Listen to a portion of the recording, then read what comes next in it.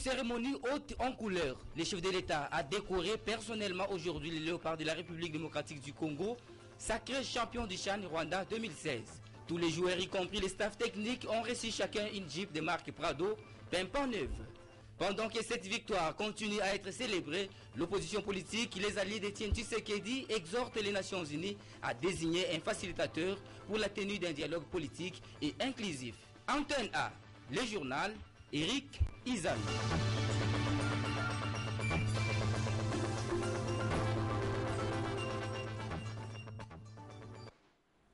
Bienvenue dans ce journal, mesdames et messieurs, bonsoir. Sacré champion du CHAN Rwanda 2016, les léopards de la République démocratique du Congo ont été honorés aujourd'hui par la nation au travers de la personne du chef de l'État congolais Joseph Kabila. De plus, ils ont été récompensés entre autres chacune par une Jeep XTL d'une valeur de 75 000 $ américains au palais de la nation à la Gombe, ici dans la capitale Kinshasa. Patrick Borel-Moukindi pour le détail. C'est à 12h20, heure de Kinshasa, que le chef de l'État de la République démocratique du Congo, Joseph Kabila, est arrivé au Palais de la Nation, lieu de la cérémonie des décorations des léopards vainqueurs du CHAN Rwanda 2016. Joseph Kabila a déclaré haut et fort que ces sacres africains est les fruits de plusieurs sacrifices. Cette coupe servir de ferment de la paix et de la stabilité de notre pays. Puisse-t-elle raviver à nos cœurs la flamme de l'unité et de la cohésion nationale. Et en vertu du pouvoir qui nous sont conférés, nous faisons chevalier de l'ordre national des héros nationaux, Kabila Lumumba. Toutes nos sincères félicitations. Le ministre des Sports, Denis Kambaye, a pour sa part formulé quelques recommandations au gouvernement congolais. 10 disciplines sportives. Il s'agit de football, basketball, volleyball, handball, rugby, cyclisme, taekwondo, judo, boxe et le tennis. Au tournoi sportif d'amitié des pays du Grand Lac, dont le calendrier sera fixé prochainement après concertation avec mes collègues du Burundi et du Rwanda, qui nous ont soutenus à la rencontre finale qui a opposé la RDC au Mali. S'en est suivi l'étape de décoration de médailles d'or du mérite sportive du chevalier des ordres et héros nationaux Kabila et Lumumba. Comme en 2009, tous les membres de la délégation RD congolaise ont reçu les clés de leur voiture Jeep de Marco Prado, pimpant neuve, de main du chef de l'État congolais Joseph Kabila. Après la photo des familles prise entre Joseph Kabila, Denis Kambaye, staff technique et joueurs, place au cocktail. La page Rwanda 2016 est enfin tournée. Les regards sont donc rivés pour la 5e édition du championnat d'Afrique des Nations qui sera organisé au Kenya en 2018. Et la cérémonie des décorations de léopard par le chef de l'État RD congolais Joseph Kabila a également connu la présence de responsables de certaines entreprises publiques de la place, au cadre de la Société nationale d'assurance, SONAS, avec son administrateur délégué ad interim, Carole Aguito, qui a elle aussi livré ses impressions aux côtés des 11 nationales RD congolais, Willy Kacha et Patrick Borel-Moukindi.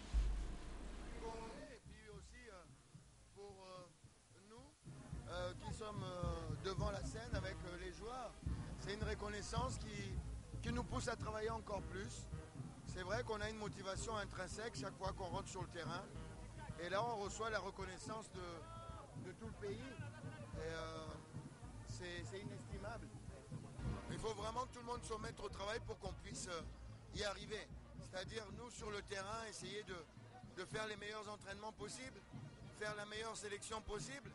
Ensuite, que le gouvernement, puisque nous sommes l'équipe du gouvernement, puisse nous disponibiliser tous les moyens possibles à temps, nous permettre de faire les stages comme il faut, que le public nous suive et que les journalistes fassent aussi leur travail de journaliste, mais pas un travail de déstabilisation. Nous sommes heureux. En tout cas, on est satisfait de 2009 et maintenant je suis encore de 2016. En tout cas, ça n'arrive pas à n'importe quel joueur. Mais je remercie les bons dieux toute ma carrière. En tout cas, ça continue encore. J'ai beaucoup de trucs à faire encore. Nazalaki vraiment déterminé depuis le début à la séance d'entraînement à Kinshasa. Dans le bas qui est Rwanda, il faut nous en coupe na mboka na ngai. Et puis dans le bas il faut nous trophée parmi meilleurs joueurs ou parmi les buteurs et Dieu a sali grâce na juif meilleur joueur et puis meilleur buteur ya Chan Rwanda. Ce jour on est rempli d'émotions. Nous félicitons le chef de l'État qui n'a pas lésigné sur les moyens pour permettre à notre équipe d'arriver au niveau où on est arrivé. L'équipe est revenue avec la coupe. Nous félicitons le coach Ibenge ainsi que tous les athlètes. Nos joueurs ont démontré de quoi les Congolais sont capables. Nous en sommes fiers. La victoire des Léopards de la République démocratique du Congo a été célébrée à travers tout le territoire national, même si particulièrement à Kinshasa, la population n'a pas été du tout contente d'avoir presque pas vu la coupe venir pour sillonner la ville. Mais il faut quand même dire que, par exemple, à Mbandaka, nous sommes dans le chef-lieu de l'actuelle province de l'Équateur, la population jubile encore pour célébrer ce sacre de Léopard. Suivez ces commentaires de José Maza Osumuka, joint au téléphone par Sylvain Kapombo Bosengele. La victoire de Léopard de la RD Congo sur le Mali 3-0 qui a sacré le Léopard champion d'Afrique de Chan Rwanda 2016, un grand événement pour la population de la métropole de la province de l'Équateur. La fête était observée dans tous les quartiers, dans les débits de boissons, des restaurants, des places publiques, des écoles, voire dans les églises. Et certains ont attribué cette victoire à Florent Ibenge, qui a usé de son expertise pour en venir au bout du Rwanda, pays organisateur, puis de la Guinée. Un match très difficile, mais enfin, devant les aigles du Mali. Ibenge s'est passé de biens matériels, mais plutôt se confier à l'amour de son pays. Merci Ibenge. Telle est la phrase phare retrouvée dans le chef de toute la de la province de l'Équateur. Aucun incident n'a été signalé à cet effet. De Mbandaka, José Maza Osukuma, Antenne A. Merci José Maza Osukuma pour tous ces détails depuis Mbandaka, chef-lieu de la province de l'Équateur en politique. Après les consultations à Kinshasa de la classe politique par Edem Kodjo, envoyé spécial de l'Union africaine pour le dialogue RD congolais, ainsi que son entretien à Bruxelles le 4 février 2016 avec Étienne Tshisekedi Wamulumba, le parti et regroupement politique allié au président de l'UDPS sollicite aux Nations Unies la désignation rapide du facilitateur pour la tenue de ces assises. Ils l'ont dit lundi à travers une déclaration que vous propose ici Sylvain Kapombo Bosengele. Les alliés du président de l'UDPS, Étienne Tshisekedi, étaient reçus en audience le 26 janvier dernier à Kinshasa par Edem Kodjo, facilitateur désigné par l'Union africaine pour les dialogues, et l'avait exhorté de rencontrer à Bruxelles ce qu'il considère des modèles. Chose promise, chose due, ces partis et regroupements politiques se félicitent de cet entretien riche en informations. Mais après cet tête-à-tête à Bruxelles entre Tshisekedi et Kodjo, d'aucuns parlent d'un échec. Qu'en est-il?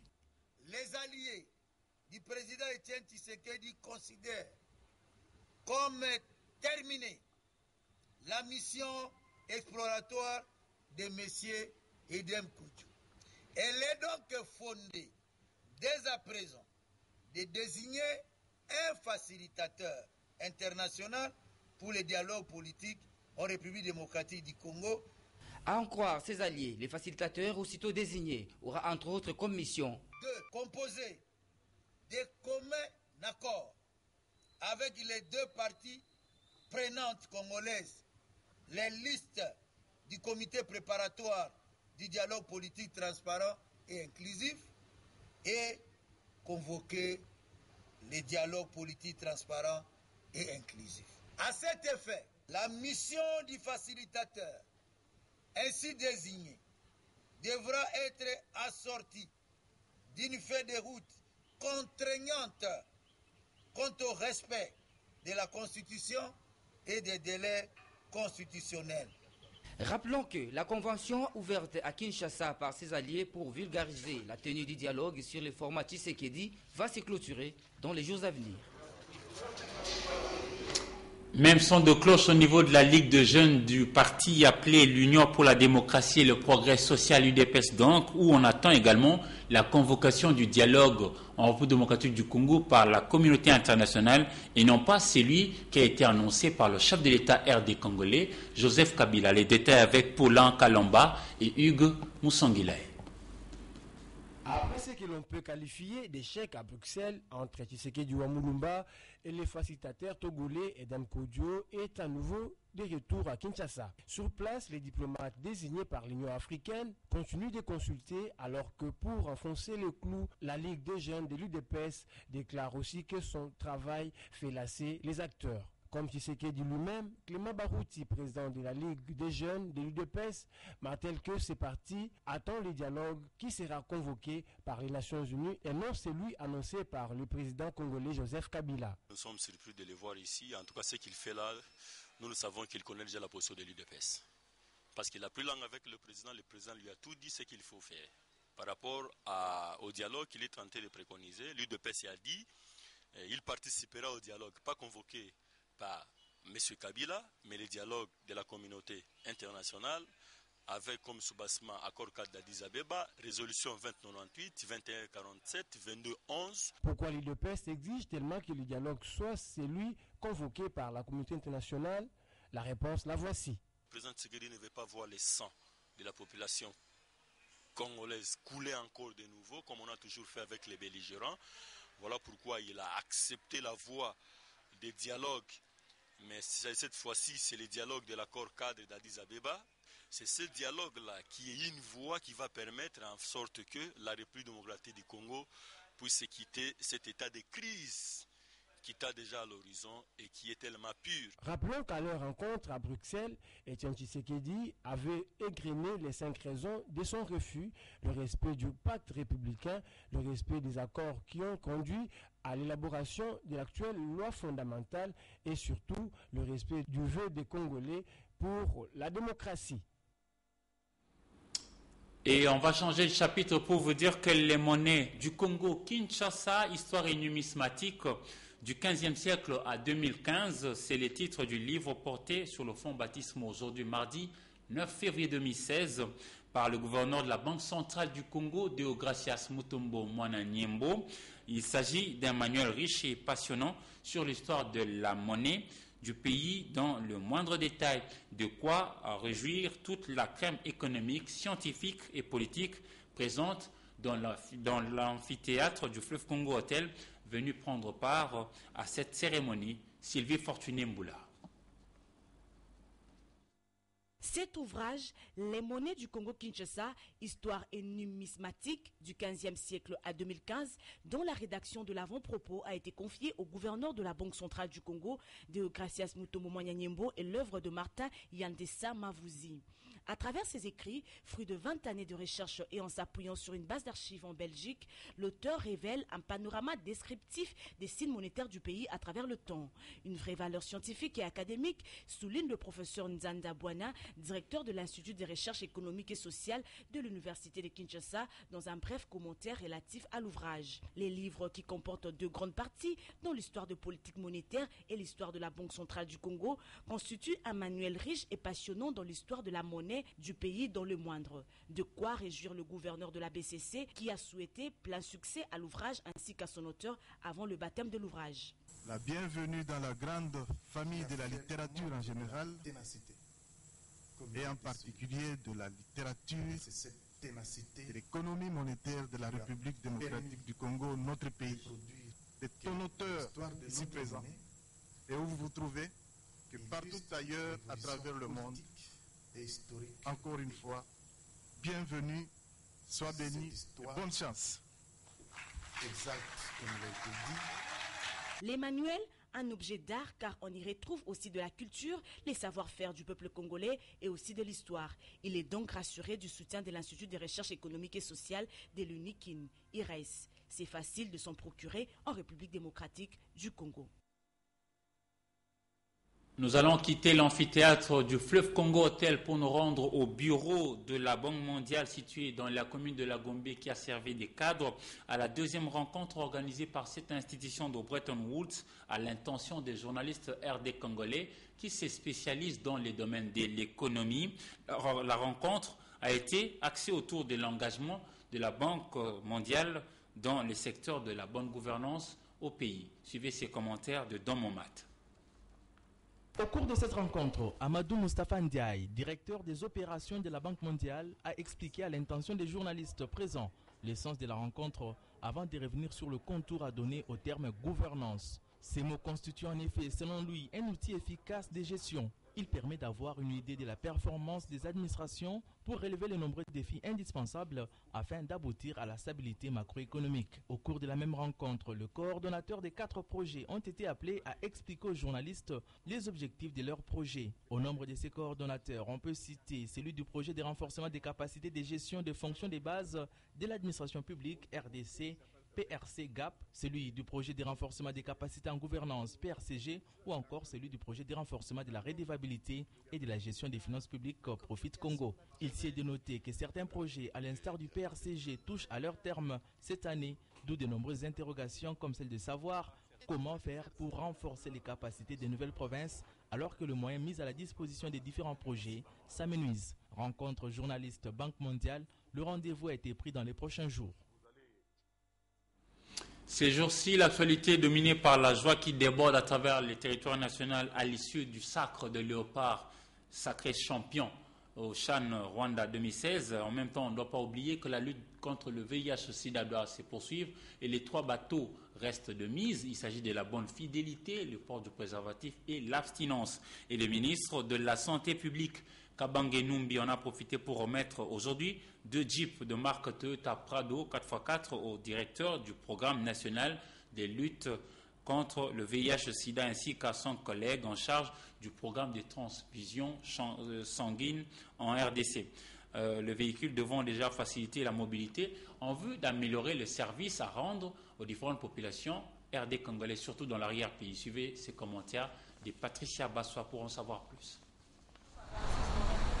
2 véhicules de marque Prado ont été remis au directeur du PNMLS ainsi que celui du programme de transfusion sanguine afin d'améliorer la qualité de leurs services à offrir à la population. Ces véhicules remis ce matin par le ministre de la Santé, le Dr Félix Kabange, devraient être utilisés pour l'efficacité dans la prestation. Il s'agit d'un défi parce que le président de la République s'est engagé pour une génération sans sida d'ici à l'an 2030. Dans le même temps, nous savons que le VIH se transmet par la voie sexuelle, mais également par la voie sanguine, et que la couverture en transfusion sanguine en RDC est encore faible, et que malheureusement, il n'y a pas de partenaire qui finance la transfusion sanguine actuellement, à part le gouvernement de la République. C'est donc dans ce cadre, pour intensifier la supervision des activités, que nous avons décidé de doter le PNLS ainsi que le PNTS des moyens propres de supervision, les véhicules qui sont achetés sur fonds propres du gouvernement. Selon le directeur du programme de transfusion sanguine, Sylvain Youma, le geste est une marque de confiance. C'est un outil de travail qui vient de nous être remis. Et ça, au nom du collègue, je voudrais remercier son Excellence, Monsieur le Ministre, et à travers lui tout le gouvernement de la République. Parce qu'il y a quelques années, pour avoir un véhicule comme ça, il fallait compter sur le partenaire. Mais aujourd'hui, c'est le gouvernement qui les donne. Un geste qui s'inscrit dans le cadre du programme PES qui constitue à équiper les structures sanitaires. Ces véhicules 4x4 devront déjà commencer à sillonner les contrées concernées pour servir les Congolais dans la lutte contre le sida.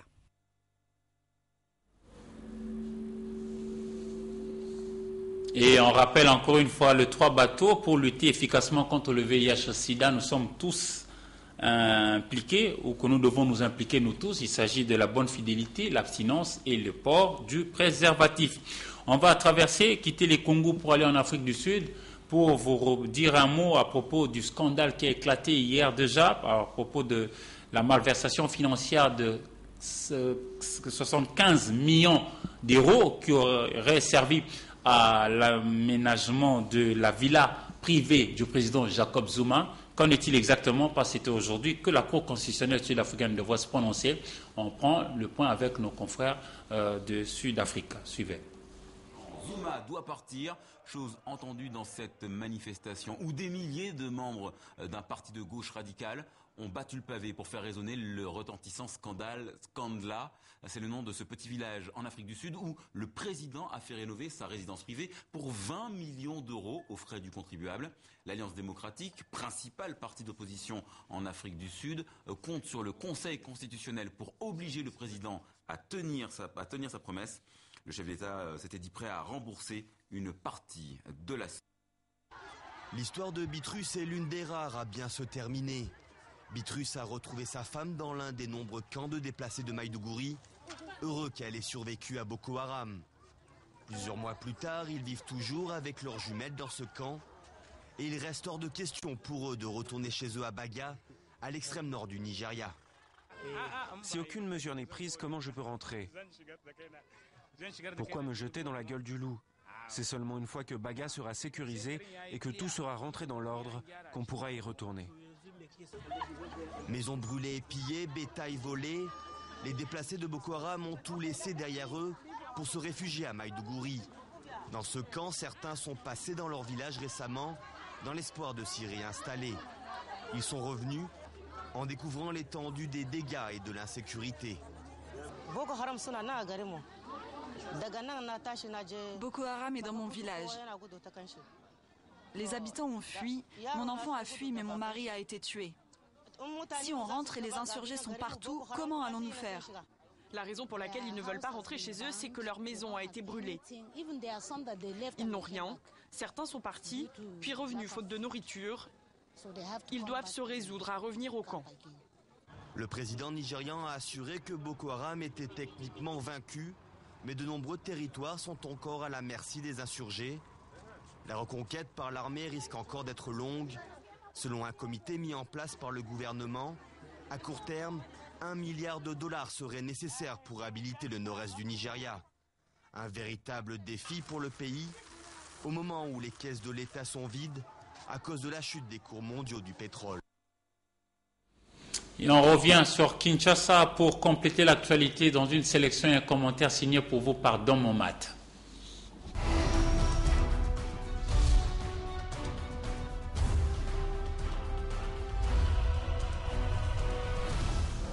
Mesdames, Messieurs, bonsoir. Chan Rwanda 2016, retour sans grande pompe de léopard à Kinshasa. Note à sa une les dépêches de Brazzaville. De nombreux Kinois qui ont en effet effectué les déplacements de l'aéroport d'Ndjili pour réserver un accueil délirant à leurs héros champions du Chan 2016 ont vu leur joie être écourtée du fait de leur convoyage rapide sous forte escorte policière vers les sites prévus pour leur hébergement. Encadré par la police, le cortège a traversé la ville en trombe aux grandes dames des Kinois.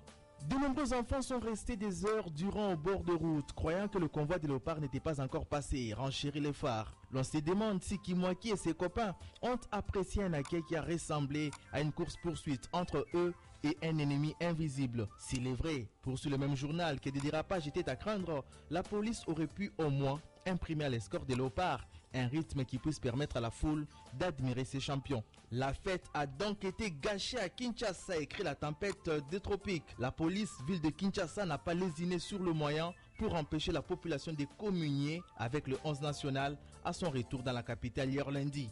Nulle part au monde, écrit le Renouveau, ce n'est qu'en République démocratique du Congo que cette histoire est passée pour la toute première fois, au grand mécontentement de tous les Kinois. Ces comportements, écrit le journal, rémeraient une façon d'inciter les Kinois contre le chef de l'État, car ils sont privés de leur droit de réjouissance. Et le plus nigo Kinois croira que c'est les raïs qui sera à la base. L'auteur et ou les auteurs n'a pas réalisé combien il a mécontenté les Kinois. Et pourtant, l'on a toujours parlé de la police de proximité. Autrement, l'on parle d'une parfaite harmonie entre la police et la population. C'est là, conclut le journal, où d'aucuns se posent la question sur les rôles et la mission de la police. En ces mots, la police a quel rôle? Répression, étouffement ou encadrement? Les amoureux du ballon rond, en particulier tous les Kinois, sont tout de même invités à venir saluer les vaillants léopards qui ont fait un parcours exceptionnel lors de cette 4e édition du championnat d'Afrique des Nations qui s'est disputée du 16 janvier au 7 février 2016 à Kigali, capitale du Rwanda, note l'Observateur. Dans un autre registre, coopération exemplaire au bénéfice de magistrats, Kinshasa Care le procureur général de la République Flori Kabange jette un grand pont, écrit La Prospérité. On retiendra du récent séjour de Flori Kabange au pays des Nils la signature le 6 février dernier avec son homologue Nabil Ahmed Sadek d'un accord de coopération au contenu fructueux pour le magistrat de ces deux pays frères. Revenant sur la rencontre Steve Mbikai et Den Kodjo, la référence plus note Steve Mbikai exige un dialogue paritaire. À l'issue de leur échange, Steve Mbikai a exigé aux facilitateurs mandatés par l'Union africaine pour la résolution de l'épineuse question RD congolaise un dialogue paritaire en République démocratique du Congo, c'est-à-dire composé du même nombre de personnes du côté de la majorité et de l'opposition. Mesdames, Messieurs, c'est la fin de cette revue de presse. Merci de l'avoir suivi et à demain.